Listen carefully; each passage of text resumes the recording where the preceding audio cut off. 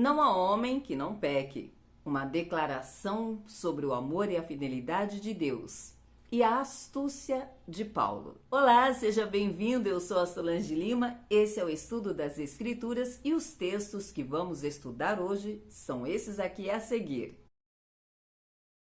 No estudo de Crônicas, o templo que Salomão ergueu está pronto, todos adoraram, louvaram ao Senhor e agora Salomão faz uma oração que também está registrada em 1 Reis, onde ele pede as bênçãos do Senhor sobre aquele lugar, debaixo da promessa que Deus fez de que o nome dele estaria ali, a presença dele estaria ali, por ele ter escolhido Jerusalém. Então Salomão agora pede que Deus derrame as bênçãos dele sobre aquele lugar. E o interessante é que nesse pedido, dentro desta oração, Salomão, entre outras coisas, ele coloca uma declaração ao Senhor dizendo, pedindo pela misericórdia do Senhor, ele diz: não há homem que não peque, porque ele está pedindo o seguinte para o Senhor: quando o teu povo pecar contra ti, primeiro o contexto é, ele está pedindo que Deus abençoe aquele lugar, aquele templo, e que toda a oração que for feita ali no templo e em direção ao templo, onde quer que a pessoa esteja, que Deus ouça e responda esta oração. Então ele diz: não há homem que não peque. Quando um de nós, quando o teu povo pecar contra ti, e o Senhor vier a se indignar, que o Senhor tenha compaixão, misericórdia, perdoe.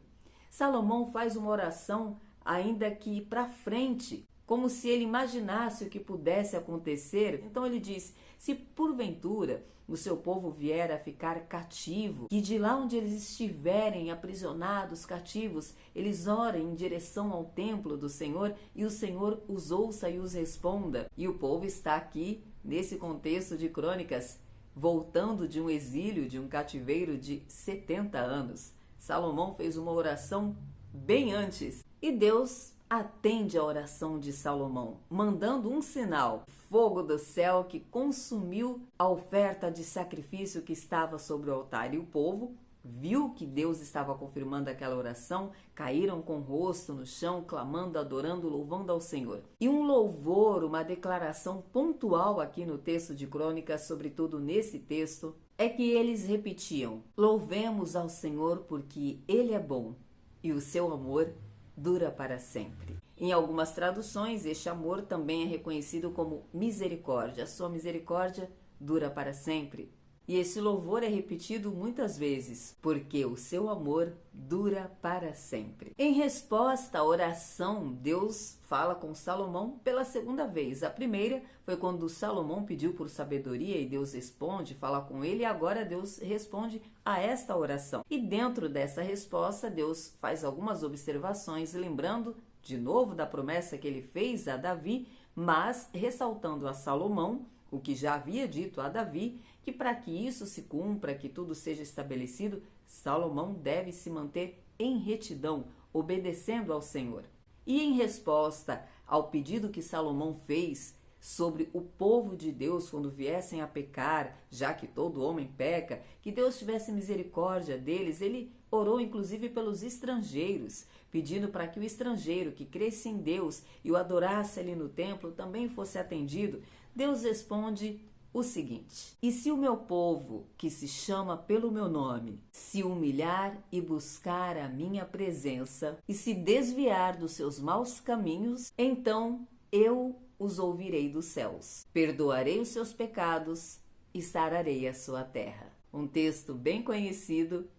E Salomão se agarrou nessa promessa. E Deus disse mais: os meus ouvidos estarão abertos, os meus olhos estarão atentos para toda a oração que se fizer neste lugar. Mas Deus deixa um aviso: se o povo desobedecer, se Salomão não andar em retidão, a consequência virá. E a consequência é que eles passarão por humilhação, aquele templo vai ser destruído, eles vão ser alvo de zombaria. E nós sabemos da história que isso de fato acontece. Apesar daquele povo reconhecer e louvar, dizendo que o amor do Senhor dura para sempre, ou a misericórdia do Senhor dura para sempre e Ele é bom, isso não anula a justiça de Deus. Deus é bom e é justo também, e é santo. Ordem dada tem que ser ordem cumprida. Se não se obedece à lei de Deus, a consequência vem. E Ele continua sendo bom. Salmos. O Salmos 89 encerra o livro 3 de Salmos. São 5 livros de Salmos, juntando 150 salmos, cânticos, orações. E este encerra, fecha o livro 3. Este salmo é da família de Emã, que estava lá na ação da inauguração do templo, porque Davi os colocou como líderes, junto com Asaf e outros líderes do louvor. E este salmo é da família de Emã, e ele começa falando algo parecido com o que acabamos de ler em Crônicas. Cantarei para sempre o amor de Deus. Mais uma vez, reforçando este amor do Senhor.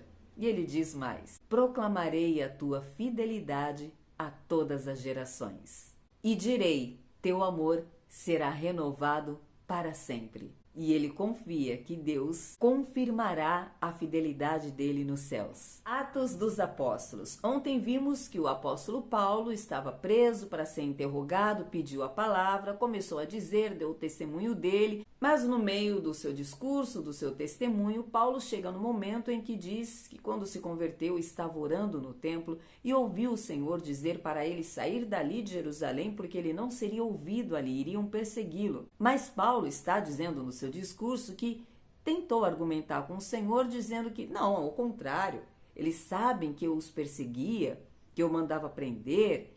Então eles vão ver a transformação e vão acreditar que realmente o Senhor fez essa mudança, vão me ouvir. E neste relato, Paulo testemunha de que ele estava, inclusive, presente quando Estevão foi morto. E nós vemos isso, este relato, no começo do livro de Atos. Quando Estevão foi apedrejado, foi arrastado para fora da cidade, o texto diz que as roupas dele foram lançadas aos pés de Saulo, que é o apóstolo Paulo. Naquele contexto, ele era um perseguidor da igreja. Então, ele está agora confessando isso, dizendo, inclusive eu estava lá, eu vi o sangue de Estevão. Claro que eles vão acreditar que eu fui transformado, mas aí ele testemunha de que Deus disse não, você precisa sair daí. Neste momento, houve-se um tumulto. Estavam todos em silêncio até aquele momento. A partir daí se revoltaram e começou a gritaria. E então os guardas o prenderam. E o comandante mandou que Paulo fosse encarcerado, mas antes levasse chicotadas. E aí Paulo dá a carteirada. Ele faz a seguinte pergunta: é permitido chicotear um cidadão romano sem ele ter sido condenado? Não, não é permitido. E eles sabiam disso e temiam isso profundamente. O Império Romano era poderoso e jamais um cidadão romano poderia passar por aquilo. Ouvindo isso, o centurião foi até o comandante, avisou, o comandante chegou em Paulo para conversar com ele e falou: o que é isso que você está dizendo? Como assim? Você é cidadão romano? Ele disse, sim. E o comandante falou: eu paguei uma fortuna por esse título, algo como o equivalente ao green card. Ele pagou uma fortuna para poder ser reconhecido como cidadão romano. Paulo disse, eu tenho direito naturalmente, porque eu nasci romano, eu sou cidadão romano. Então aqueles que estavam ali para interrogá-lo recuaram imediatamente e conduziram isso às leis, foram diante do Sinédrio para que fosse resolvido ali. Chegando lá, Paulo começou a falar e um sacerdote chamado Ananias mandou que esbofeteassem Paulo. Paulo não sabia que ele era um sacerdote e julgou que ele não estava agindo de acordo com a lei e então lançou uma palavra de maldição. As pessoas ficaram assustadas e como você se atreve a falar assim com um sacerdote do Senhor? Paulo então disse, eu não sabia que ele era sacerdote.